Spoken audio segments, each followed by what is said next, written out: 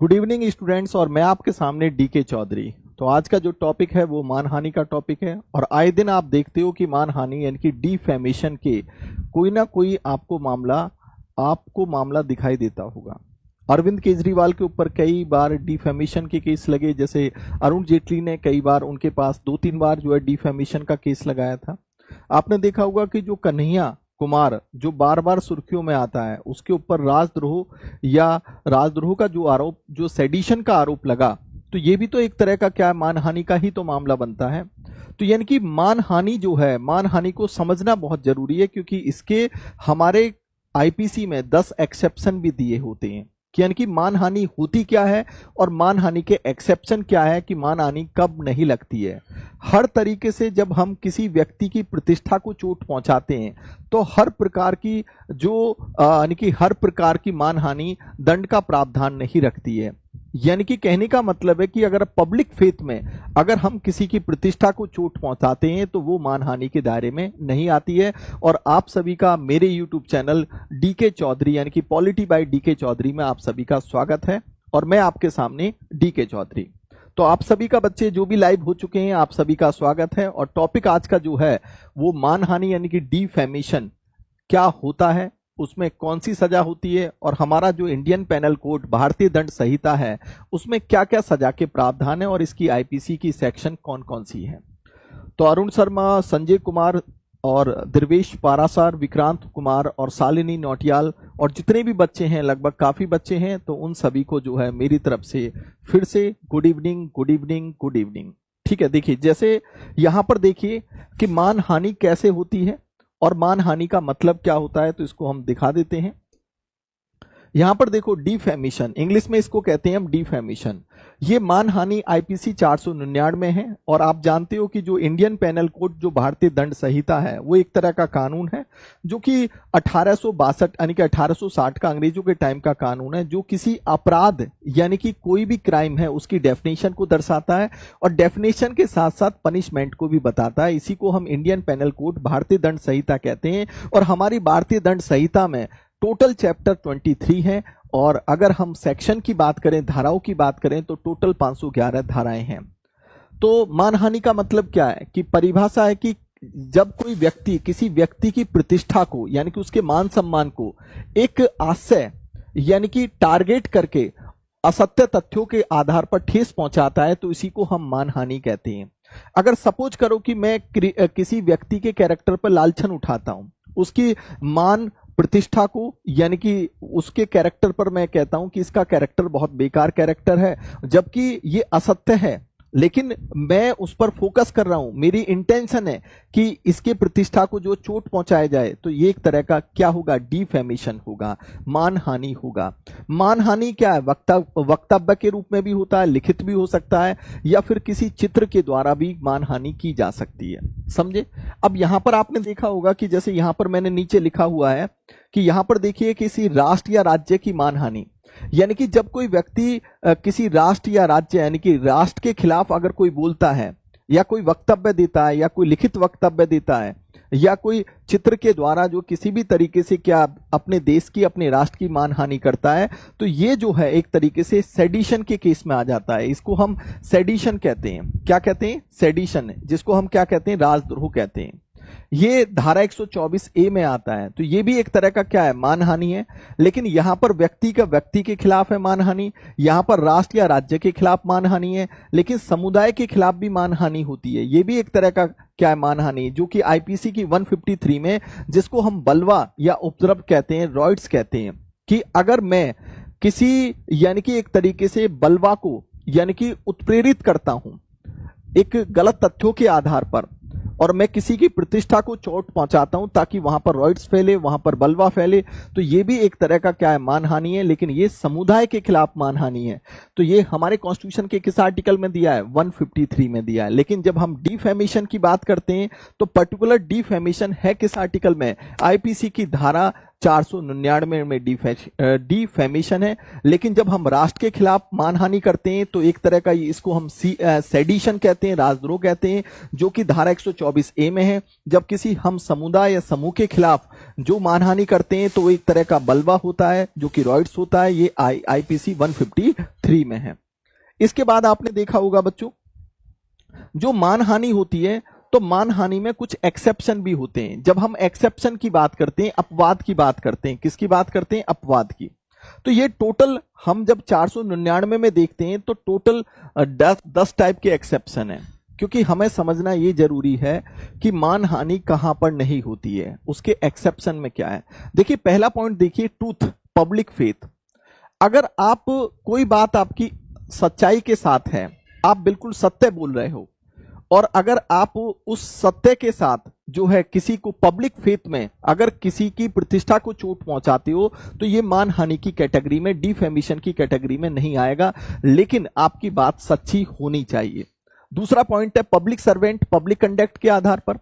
यानी कि कोई पब्लिक सर्वेंट है और पब्लिक सर्वेंट की परिभाषा आईपीसी के 21 में दिया गया है, और यहां पर जो लोक अधिकारी है, अगर उसके पब्लिक कैरेक्टर के, यानी कि उसके कैरेक्टर को अगर आप जो है एक तरीके से उसके कैरेक्टर पर क्या है कोई लालछन लगाते हो कि ये बेईमान व्यक्ति है, ये नालायक व्यक्ति है, तो ये भी क्या है एक तरह का मानहानि हो सकता है। लेकिन अगर वो कैरेक्टर पर अगर आप उंगली उठाते हो उसके कैरेक्टर पर, लेकिन बिल्कुल वो बात बिल्कुल सही है, पब्लिक ट्रूथ में है, तो देन इसका मतलब क्या है? पब्लिक फेथ में, तो ये मानहानि नहीं माना जाएगा। कुल मिलाकर कहने का मतलब हमेशा बच्चों ध्यान रखना कि जहां कोई चीज अगर पब्लिक फेथ में या पब्लिक गुड में आ जाती है तो वो मानहानि कभी भी नहीं मानी जाएगी। अब देखते जाओ, पब्लिक क्वेश्चंस की बात करें कि अगर आप जो है लोक प्रश्न की बात करते हैं, आप किसी मीटिंग में बैठे हो और कोई पब्लिक प्रश्न कोई उठाया जाता है, और देन उसमें पब्लिक प्रश्न के मामले में आप किसी की प्रतिष्ठा को चोट पहुंचाते हो, तो वो मानहानि की कैटेगरी में नहीं माना जाएगा। ये तीसरा पॉइंट है। चौथा पॉइंट है प्रोसीडिंग ऑफ कोर्ट। यहां पर अगर हम प्रोसीडिंग ऑफ कोर्ट की बात करें तो इसका मतलब क्या? न्यायालय की कार्रवाइयों की अगर हम बात करते हैं, तो अगर न्यायालय की कोई कार्यवाही की जाती है और न्यायालय की कार्यवाही को अगर आप पब्लिक फेथ में प्रकाशित करते हो, जो कि गुड यानी कि गुड फेथ में है, पब्लिक फेथ में है, ठीक है, लोक कल्याण में है, तो इसका मतलब वो मानहानि नहीं होगा। अगर किसी बात को अगर आप पब्लिक प्रोसीडिंग ऑफ कोर्ट को अगर आप प्रकाशित कर पा रहे हो, merits of case decide in courts, यानी कि कोर्ट्स में कोई केस का जो है रॉन्ग है, राइट है, इसके विषय की बात आती है, तो देन अगर कोई पब्लिक फेथ में अगर कोर्ट के किसी डिसीजन के विषय में मेरिट्स की बात करते हो, तो वो भी अगर वो पब्लिक फेथ में है तो वो भी मानहानि नहीं माना जाएगा। अब यहां पर बात आती है merit of public performance. Merit of public performance का मतलब यहां पर क्या है कि जैसे आप सपोज करो कोई मैगजीन बनाते हो, कोई किताब बनाते हो, और आप किसी कैरेक्टर के विषय में वहां पर बोलते हो, लेकिन आप ऑडियंस से पूछना चाहते हो कि ये सही है या गलत है, तो वो एक तरह का मानहानि नहीं माना जाएगा। तो ये क्या कहे जाएगा? मेरिट ऑफ पब्लिक परफॉर्मेंस बोला जाएगा। यहां पर बात आती है good faith of authorise person. Suppose करो कि आप किसी सोसाइटी में रहते हो और वहां सोसाइटी में जो मेंटेनेंस वाले हैं उनको आप बुलाते हो कि भाई हमारी जो ये जो है दीवार जो है सही ढंग से काम नहीं कर, यानी कि दीवार पे जो है ये इस तरह की खराबी आ रही है, इसको ठीक करो। उस बंदे ने सही ढंग से काम नहीं किया, तो आपने सोसाइटी का जो हेड है उससे आपने कंप्लेंट की, भाई ये जो आपका सर्वेंट है बड़ा नालायक व्यक्ति है, और देन उसकी प्रतिष्ठा को आपने चोट पहुंचाई, तो ये मानहानि होगा या नहीं होगा? ये मानहानि नहीं माना जाएगा। तो इसको हम क्या कहते हैं कि good faith to authorise person. आप एक ऑथराइज पर्सन के सामने उसकी बुराई कर रहे हो, तो ये मानहानि के दायरे में नहीं आएगा। एक है censure passed in good faith. Sensor passed in good faith की अगर हम बात करें तो sensor passed in good faith का मतलब क्या है कि जैसे आपका कोई सर्वेंट है और देन आप उसको क्या कभी कभी कहते हो तू ठीक से काम नहीं करता, तू ऐसा है, तू वैसा है, ये भी मानहानि की कैटेगरी में नहीं आता है। तो दोनों में अंतर समझ गया होगा। ऑथराइज्ड पर्सन का मतलब यहां पर क्या है कि आप किसी ऑथराइज्ड पर्सन के सामने उसकी बुराई कर रहे हो, ठीक है, इसको तो कहते हैं good faith to authorised person, जो कि बात आपकी बिल्कुल सही है। Censure passed in good faith का मतलब है कि आपका कोई नौकर है, आप उसकी बुराई उसके सामने कहते हो कि भाई तेरे से काम करना नहीं आता और तू ऐसा है, तू वैसा, उसके कैरेक्टर पर क्या उंगली उठाते हो, तो ये भी क्या है? ये भी एक मानहानि नहीं होगा, क्योंकि आप जो है उसके गुड फेथ में कह रहे हो।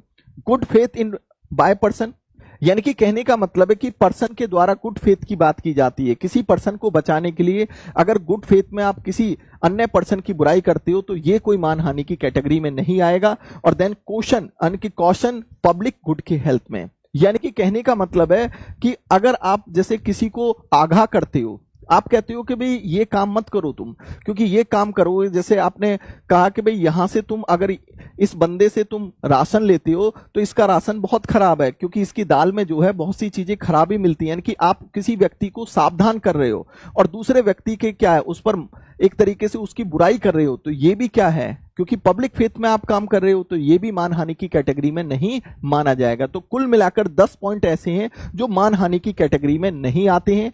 अब अगर बस ओनली आपको इतना ध्यान रखना है कि अगर आप कोई भी काम दूसरे के कैरेक्टर पर अगर उंगली उठाते हो, दूसरे की बुराई करते हो, अगर वो गुड फेथ में है, पब्लिक फेथ में है, तो वो मानहानि की कैटेगरी में नहीं आएगा। लेकिन एक बात और है कि अगर चलो आपने गुड फेथ में कोई काम किया है और आपने दूसरे के कैरेक्टर पर उंगली उठाई है, तो फिर डिफेमेशन का केस होगा कि नहीं होगा? देखो, डिफेमेशन का तो केस हो जाएगा, लेकिन आपको कोर्ट में सिद्ध करना होगा कि ये जो मेरा काम था, ये मैंने जो बोला था, ये पब्लिक फेथ में था, ये गुड फेथ में था। और अगर कोर्ट में आप इस बात को सिद्ध कर पाते हो और कोर्ट इस बात को अगर समझ लेता है, तो आपके ऊपर मानहानि का चार्ज नहीं लगाया जाएगा। समझ में आ गया? इसका मतलब ये नहीं है कि आप किसी की बुराई करते हो, किसी के कैरेक्टर पर उंगली उठाते हो तो वो डिफेमेशन का केस नहीं लगेगा। केस तो लग जाएगा, लेकिन डिफेमेशन के लिए जो दंड का प्रोविजन है वो नहीं लगेगा, क्योंकि अगर आप कोर्ट में इस बात को सिद्ध कर देते हो कि जो भी मैंने किसी व्यक्ति की प्रतिष्ठा को जो चोट पहुंचाई है वो पब्लिक फेथ में था, वो गुड फेथ में था। समझे कि नहीं समझे? अब बात यहां पर यह आती है कि चलो ये तो समझ में आ गया आपको, ये तो क्लियर हो गया, लेकिन अगला पॉइंट कि हमें दंड का प्रावधान मानहानि में क्या है, कि जब हम आईपीसी की बात करते हैं, जब किसकी बात करते हैं हम? आईपीसी जो 500 है, जो सेक्शन 500 है, वो क्या कहता है कि 500 में बोला गया दंड का प्रावधान कि व्यक्ति को 2 साल की सजा होगी, जिसको हम सादा कारावास कहते हैं, सिंपल इंप्रीजमेंट कहते हैं, या हो सकता है कि उस पर कोई चार्ज लगाया जाए, फाइन लगाया जाए, या हो सकता है विथ बोथ, दोनों का चार्ज लगाया जा सकता है। समझ में आ गया?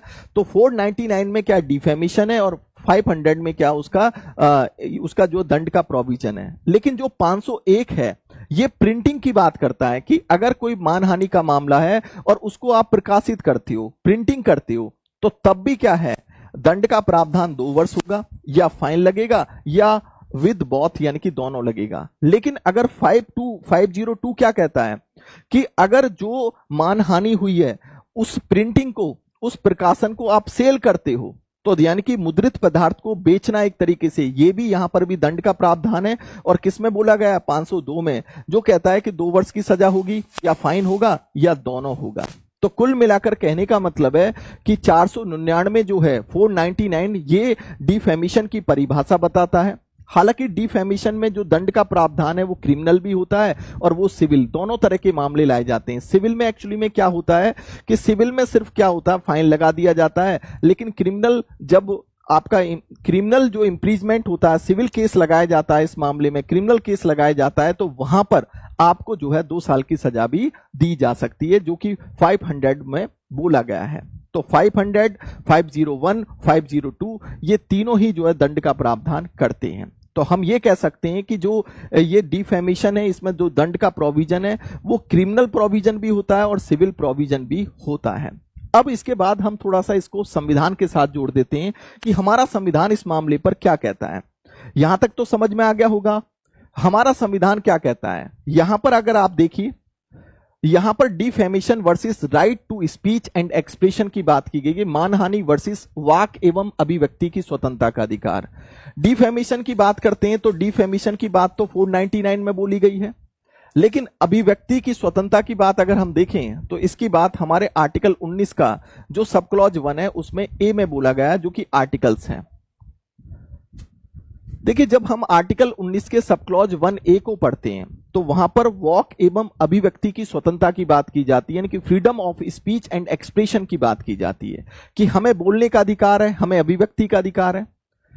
तो कहने का मतलब है कि अगर मैं किसी की प्रतिष्ठा को चोट पहुंचाता हूं, जानबूझ के चोट पहुंचा रहा हूं, ठीक है, तो ये क्या मेरा अभिव्यक्ति का अधिकार है? तो तभी तो हमने कहा कि defamation versus right to speech and expression, right to freedom of speech and expression, ये आपकी अभिव्यक्ति का अधिकार नहीं है। यहां पर हमारा संविधान भी स्पष्ट कहता है कि अगर आप इस तरीके से बोलते हो जिससे किसी व्यक्ति की मानहानि होती है, उसके मान सम्मान को चोट पहुंचती है, तो आपके पास जो मौलिक अधिकार के रूप में अभिव्यक्ति का अधिकार है उसको सीमित किया जा सकता है। इसका मतलब क्या हुआ कि हमारा संविधान भी कहता है कि रीजनेबल रेस्ट्रिक्शंस में इस बात को बोला गया है कि मानहानि के रूप में आपके अभिव्यक्ति के अधिकार को सीमित किया जा सकता है। तो इसका मतलब क्या हुआ, यहीं पर रीजनेबल रेस्ट्रिक्शंस की बात कर दी गई है और वो कहता है कि भैया अगर आप किसी की मानहानि करते हो तो वहां पर आपका बोलने का अधिकार जो है, वहां पर आपकी अभिव्यक्ति का अधिकार क्या कर दिया जाएगा, सीमित कर दिया जाएगा, सीमित किया जा सकता है। तो इसका मतलब यानी कि बेशक हमारा अभिव्यक्ति का अधिकार हमें संविधान देता है, हमें बोलने का अधिकार हमारा संविधान देता है, लेकिन बोलने के अधिकार को भी मानहानि के रूप में सीमित किया जा सकता है। ऐसा आर्टिकल 19 का सब क्लॉज 1A कहता है और ये कहां बोला गया है, आर्टिकल 19 के सब क्लॉज 2 में ये बात बोली गई है। समझ में आ गया। फिर तीसरी बात अगर हम देखते हैं यहां पर अगली बात है कि चलिए ठीक है, हमने ये तो समझ में आ गया कि डिफेमेशन का आर्टिकल 19 के साथ क्या संबंध है, लेकिन आर्टिकल 21 के साथ भी क्या इसका कोई संबंध है या नहीं है। तो ऑब्वियस ही बात है, डिफेमेशन का मानहानि का संबंध आर्टिकल 19 के साथ भी है। आर्टिकल किसके साथ है, आर्टिकल 21 के साथ है। कैसे भाई, आप जानते हो आर्टिकल 21 किसकी बात करता है, प्राण एवं दैहिक स्वतंत्रता की बात करता है, प्राण एवं दैहिक स्वतंत्रता की बात करता है। इसका मतलब क्या, right to life and personal liberty की बात करता है। आपने देखा होगा कि एक मेनका गांधीवाद आया था, यहां पर एक मेनका गांधीवाद आया, आर्टिकल 19 को लेकर आया था। और मेनका गांधीवाद जो केस था ये 1978 का केस था और इसमें मेनका गांधीवाद केस में आर्टिकल 21 का विस्तार कर दिया गया। यानी कि यहां पर सुप्रीम कोर्ट ने अपनी सोच को व्यापक कर दिया। सुप्रीम कोर्ट ने अपने इस डिसीजन में कहा कि आर्टिकल 21 का अधिकार सिर्फ दैहिक स्वतंत्रता तक सीमित नहीं है, इसका अधिकार जो है मान सम्मान तक भी है, कि अगर आप किसी व्यक्ति के मान सम्मान को प्रभावित करते हो तो इससे भी आपका जो प्राण का अधिकार है वो क्या होता है, प्रभावित होता है।